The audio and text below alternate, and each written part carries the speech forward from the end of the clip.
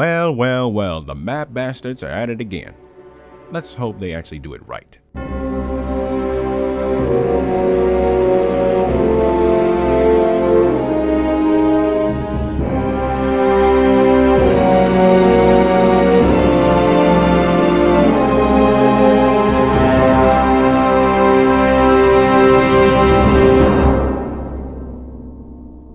Welcome to another episode of the Brumakian podcast, a review series where I can review anything but not everything. That includes monster movies, both big and small, anime, and video games. I'm Demetrius, and this is my review of Godzilla, 2K14 edition. Well, America is getting a second chance with His Majesty, which is interesting considering where we are right now. But how did we get here? First off, do you remember Yoshimitsu Banno? You know, the guy who directed Godzilla vs. Hedorah, aka the one that made you trip balls and had the king fly into the sky? You do? Well, he announced in August of 2004, 4 months before Final Wars, that he had secured the rights from Toho to make a Godzilla film in IMAX 3D. It was going to be a short film at his production company, Advanced Audiovisual Productions, AAP. In 2005, Peter Anderson was added to the project as cinematographer, visual effects supervisor, and co-producer with an independent producer named Kenji Okuhira.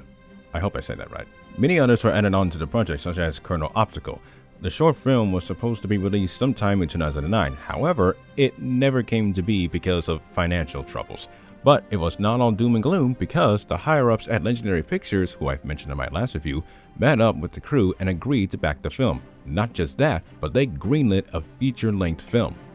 In August of 2009, many people, especially on the internet, heard rumors that Legendary Pictures had talks with Toho in making a new Godzilla film set in the US. Apparently, since they have a short attention span, Toho agreed, licensed the king to them, and Legendary confirmed that an American Godzilla movie is in production and set to release in 2012. Remember that for later. Thankfully, they also confirmed that their Godzilla would remain faithful to the Japanese counterpart, avoiding what came before. The then CEO of Legendary, who also became the producer of this project, Thomas Tull, stated, "Our plans are to produce the Godzilla that we, as fans, wanted to see. We intend to do justice to those essential elements that have allowed this character to remain as pop culturally relevant for as long as it has." Producer Brian Rogers confirmed that 2 Godzilla designs that were going around at the time were completely false. He also expressed his wish to revive Godzilla in the same way that Legendary had done with Batman, and the studio that has been associated with The Dark Knight, and many others, is Warner Brothers. They will be handling distribution rights for the film. While I'm on the subject of rumors, there was one going around where Guillermo del Toro was offered to direct this film. However, that was thrown out of the window when del Toro said himself, "I am not involved with Godzilla at all. I haven't read it or plan on reading it, nor have I been approached to direct it." But listeners or viewers, could you imagine if he was offered to direct this film? Anyhow, in reality, independent British film director Gareth Edwards, who had directed Monsters in 2010, was announced to direct this project. In an interview, Gareth stated, "This will definitely have a very different feel than the 1998 film, and our biggest concern is making sure we get it right for the fans because we know their concerns. It must be brilliant in every category because I'm a fan as well." And he ends with, "Without addressing anything specific, everyone knows how important it is to get it right." The project would miss its planned 2012 release, but like Shigeru Miyamoto would say that a delayed game is eventually good and a rushed game is forever bad, that applies to here, but in movie form.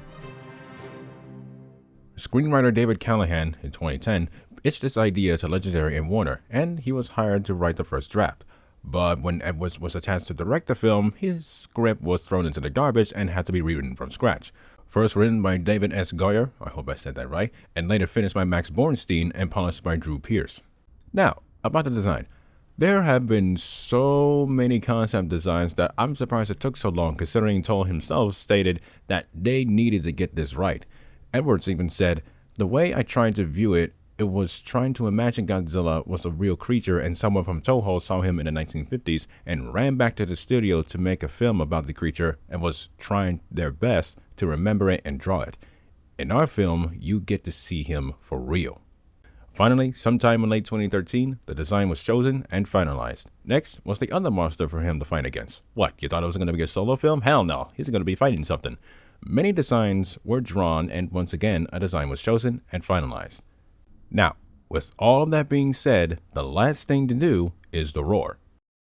Toho shipped out an analog copy of the Godzilla War, which is really the 84 War if you got good ears. The sound designers tinkered and adjusted the sound in many ways and came to a more powerful one. They borrowed sound speakers from the band The Rolling Stones, and as the story goes, they tested the roar at max volume, and you can imagine why everyone within a 3-mile radius collectively shat their pants. Now, with all of that said, and the film set for a 2014 release date, all that was left was the marketing. It was at San Diego Comic-Con International in July of 2013 where some would witness Edward's vision of what Godzilla was going to look like. A short teaser video that has the voice of J. Robert Oppenheimer, remember that name for a future episode, wink wink, and a tiny glimpse of His Majesty, but you can only see him through smoke. Then, in October of 2013, the first teaser trailer was dropped on YouTube, and my 9th grade self, and pretty much every Godzilla fan on the internet, getting like little children with sheer delight. Another trailer dropped, giving a little bit more. One Fiat and Snickers commercial later, still can't believe it actually happened, Godzilla 2014 edition was released in the United States on May 16, 2014. Now, this film has a budget of $160 million, but sweet God's mother, in its opening weekend, it earned $93.2 million, and overall, it made a total of over $529 million worldwide, and it had to compete against The Amazing Spider-Man 2, Neighbors, and X-Men Days of Future Past. Needless to say, it shut any doubters up, and the executives over at Warner and Legendary were very pleased. What happens afterwards, I'll talk about in the next review. But for now, here's the film's plot synopsis according to Google. Ford Brody, a Navy bomb expert, has just reunited with his family in San Francisco when he is forced to go to Japan to help his estranged father, Joe. Soon, both men are swept up in an escalating crisis when Godzilla arises from the sea to combat malevolent adversaries that threaten the survival of humanity. The creatures leave colossal destruction in their wake as they make their way toward their final battleground, San Francisco. I wonder if he'll pay for all the damages, and there he fucking goes. Son of a bitch.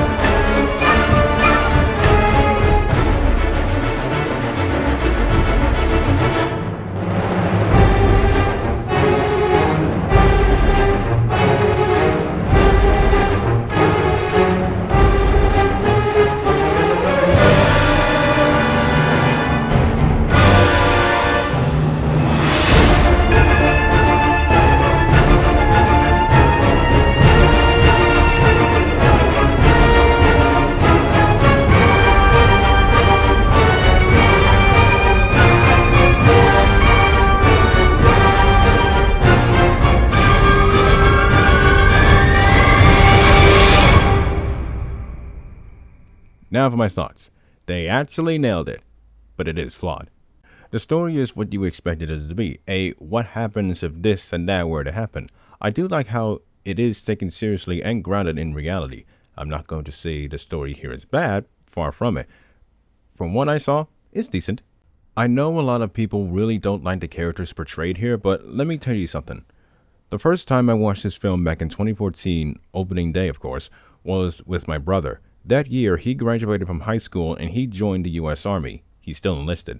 Nowadays, I'd look at the character of Ford Brody, and this is my thought as the film progresses. If this was my brother in this kind of situation, especially during a war, what would he be feeling?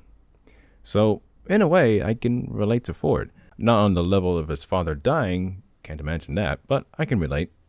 Speaking of the father, Bryan Cranston nailed his role. Even though his time on screen can be best summarized as longer than it takes to make a cup of tea, he steals the show. And I do think that he and Aaron did alright on screen together. The other characters are decent enough, although the child could show some more emotion, like, what the fuck are you doing, kid? Seeing how Godzilla looks nowadays, I mean, Jesus Christ, I forgot how grounded he is in this first outing. Sure, you may say that he is fatter than an average bear and he isn't on screen all that much, but I do like this design, and I wasn't bugged by the fact that he wasn't on screen all that much. It serves its purpose really well. The Mudos, they're alright, gives off Cloverfield vibes, I guess. The visual effects are stunning even almost a decade later and in 4K. Now, I didn't watch the Blu-ray version because it was too fucking dark, but I did watch it digitally, which is much brighter, believe it or not. The sound design is really good. Godzilla's roar, is booming. I quite like how intense it is. Speaking of sound, the music is also really good. It fits the movie very well. The opening, the wave, and last shot stands out to me. Godzilla 2K14 edition overall is a good film. The one thing that Gareth Edwards did was make a Godzilla that was true to the character, much better than what came before. Sure, it's not everyone's favorite, but this film is easily in my top 15. And wouldn't you know it, people are interested in giant monsters again, and that prompted Toho to do their own film once again, but this time, it will be a little bit different. This has been Demetrius signing off. Be well, stay safe, take care of yourselves, and have a good day.